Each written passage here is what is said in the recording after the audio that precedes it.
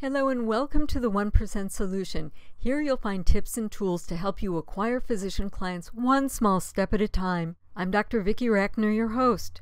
Today's tip is build a culture of referrals.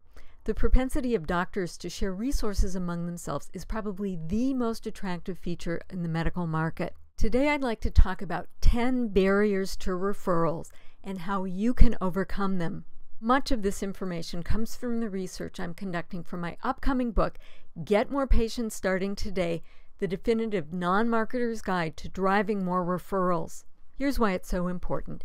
Business development goes through 3 phases. In the startup phase, you invest lots of resources to get things going. The next phase is the building stage.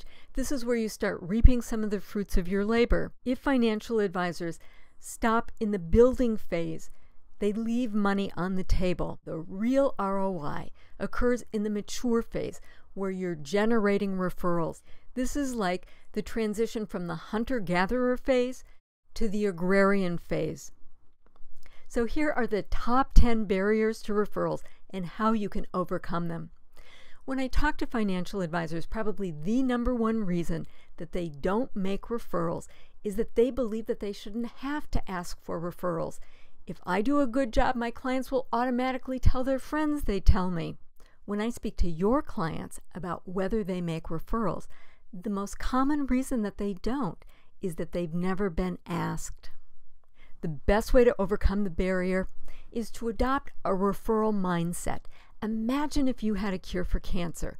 You probably wouldn't be shy about letting everyone know and finding those few patients that you could really serve. In the same way, physicians are in pain.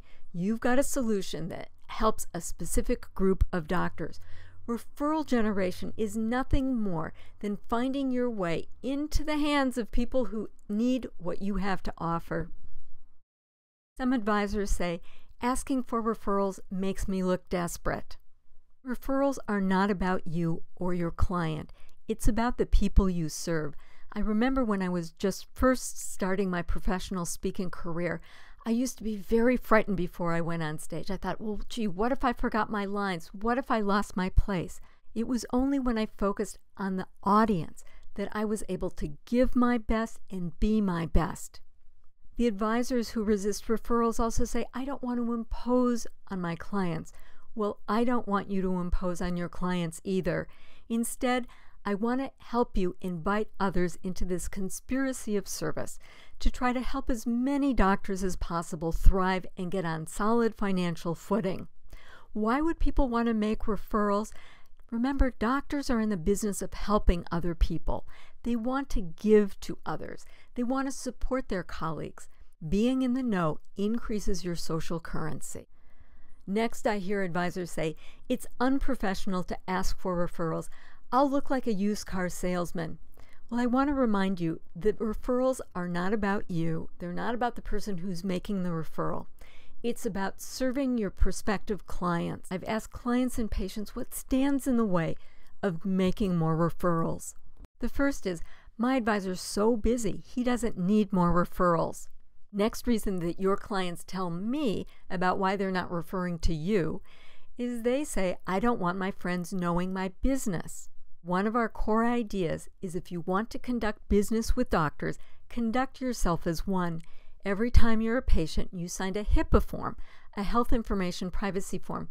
What if you created a FIPA form, a financial information privacy form? Next, your clients say to me, well, I wouldn't know whom to refer. Clearly, it's not your client's job to figure that out. It's your job to create a compelling, repeatable positioning statement that makes it clear exactly whom you serve. The next thing that your clients tell me is, I don't really know what my advisor does, and I don't want to look stupid. You can overcome that hurdle by describing some specific problems that you solve. You can describe the circumstances that would trigger a referral to you. Do you know anyone who's selling their medical practice to the hospital? Do you know any doctors who are thinking about retirement? Do you know any doctors that are just coming out of residency and entering a practice? Next thing that your clients tell me, no one asked. Over this entire course, we've talked about the importance of a call to action. Every web page, every interaction should have a next step. The next thing that your clients tell me about why they don't make referral is, "It just slipped my mind." If you build a list of prospects and clients and stay in regular contact, and monthly is probably the optimal timing for this, you will be top of mind. The next reason that your clients give me for not making referrals is, "I don't want my advisor to get too busy. I might not get the same level of service." The way to proactively dance around this issue is at some point to say, "I bet you learn something new every day. When I work with lots of doctors, it improves my ability to better serve you." Last, the reason that your clients tell me that they don't make more referrals is because of the concern, what if things go wrong? It's just too much responsibility. The best way to overcome this barrier is to not try to hit the professional home run where you get the name of a doctor that you go and meet and sit down and take a look at their finances. It's to just get on base. Your goal is to offer some sort of value that your clients can pass along to their friends and colleagues. That way, your client doesn't have to take responsibility for this relationship.